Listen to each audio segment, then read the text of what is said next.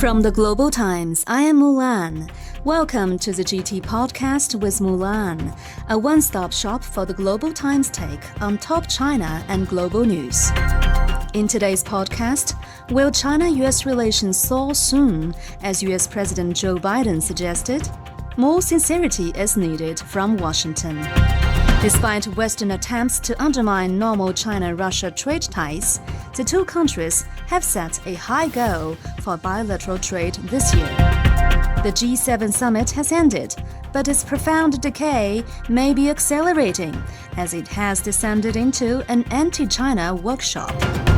More from our on-site investigation in Fukushima.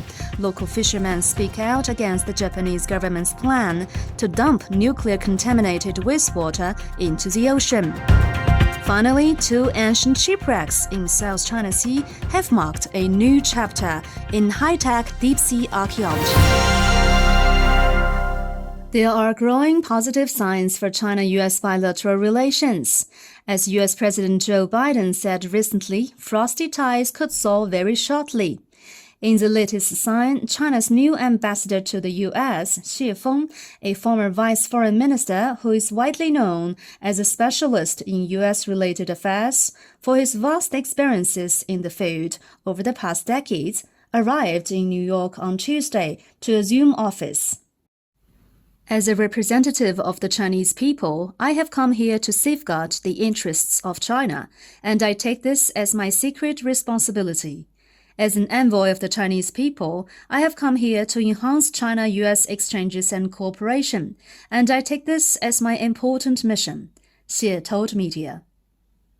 Xie's arrival comes as Biden hinted there will soon be a thaw in the frosty bilateral relations, following the latest G7 summit and Quad meeting in Japan. In addition to Xie's arrival, the two countries have seen a gradual resumption of high-level interactions, such as the recent exchanges between China's top diplomat Wang Yi and U.S. National Security Advisor Jake Sullivan in Vienna. Meanwhile, China's Commerce Minister Wang Wentao is scheduled to meet his U.S. counterpart Gina Raimondo and other U.S. officials on Thursday. However, a Global Times editorial pointed out, the increase in communication channels has created conditions for the thawing of China-US relations, but it does not guarantee thawing itself. The one who caused the freeze in China-US relations should create more conditions for substantial thawing of the bilateral relationship. This is also what the world, including U.S. allies, hopes to see. The editorial further noted, given how much cold water the U.S. has poured on the China-US relationship in recent years, and how much cold wind it has stirred up, there should be just as many ways for it to show its sincerity in communication now. Some Western countries led by the U.S. have actively sought to undermine normal China-Russia trade cooperation, but the latest signs suggest that bilateral trade ties are actually expanding. During the visit of Russian Prime Minister Mikhail Mishustin to China this week, the two sides said that they expect bilateral trade between China and Russia could hit the $200 billion goal by this year, and cooperation will expand beyond traditional areas. Also, Russian officials have been actively pushing forward settlement in local currencies, the Russian ruble and the yuan, since last year, driven by the vast amount of bilateral trade. Bilateral local currency settlements climbed to nearly two-thirds of the total in 2022, from about 25% in 2021. Mishustin said when addressing a Russian-Chinese business forum held in Shanghai. In a strong sign of bilateral cooperation, Chinese President Xi Jinping met with Mishustin in Beijing on Wednesday. China and Russia also signed a series of bilateral agreements on service trade cooperation, sports, patents, and Russian millet exports to China, which shows significant results of Mishustin's first visit to China since taking office as Russian Prime Minister. The increasing quality of China-Russia economic and trade cooperation, coupled with new momentum, will drive them toward a further and broader future, a Global Times commentary noted. The G7 summit in Hiroshima, Japan has already concluded, but it says a lot about the global standing of the group. As a rich countries club that once accounted for up to 70% of the global economy, the G7 has been facing a serious existential crisis in recent years, as its economic weight has been declining, coupled with a decline in global population share and perceived attractiveness. More significantly, the G7 has descended into an anti-China workshop, according to a Global Times editorial. Since 2021, the G7 communique began to target China, which gradually became its traffic code. Unlike the past focus on specific issues with China, this year's G7 communique simply includes China as a whole, which is consistent with the recent move of NATO, highlighting that the US is pushing hard to weave an anti-China net in the Western world. The communique mentions China 20 times by name alone, the most in recent years. The louder the anti-China rhetoric from the G7, the smaller its actual impact will be, as this is a natural law.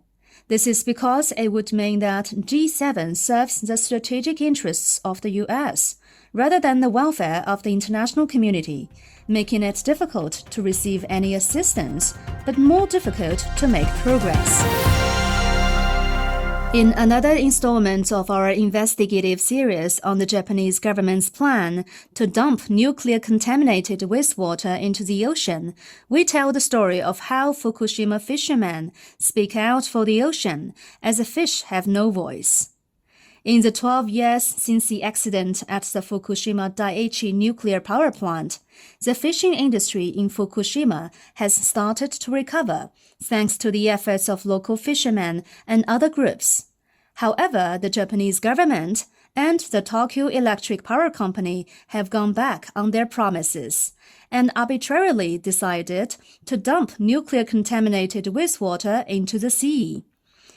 During a recent investigative trip to Fukushima, Global Times reporters contacted many local fishing industry groups, but were told that individual fishermen are not allowed to give interviews. However, many local fishermen still spoke to the Global Times about the potential damage of the Japanese government's plan to the ocean. Haro Ono, a local fisherman, said the plan is devastating for the Fukushima fishing industry. For the sake of future generations, I must now stand up against the wastewater discharge. I hope that the plan can be postponed or cancelled. It is necessary for all parties to calmly discuss how to deal with the Fukushima nuclear-contaminated wastewater, he said. An archaeological miracle is unfolding in the South China Sea. Thousands of meters under the South China Sea, two ancient shipwrecks carrying numerous cultural relics had slept for hundreds of years before they were discovered by Chinese archaeologists in 2022. The find stunned the whole world. The relics are in piles in various compartments. The highest pile is more than 3 meters high. The number 2 shipwreck mainly contains a large number of wood logs, most of which have been processed. Through a preliminary study, it was determined that the ship was loaded with cargo and had sailed from overseas to China.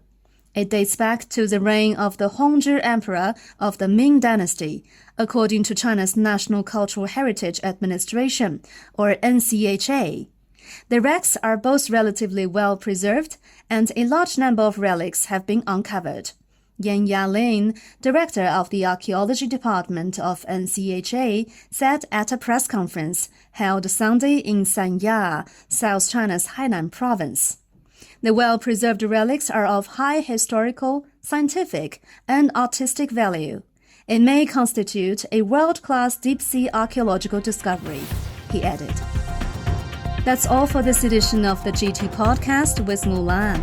Make sure to follow the Global Times on Twitter and Facebook to stay tuned. You can also check out our podcast, articles, and much more on our website at globaltimes.cn. Thank you.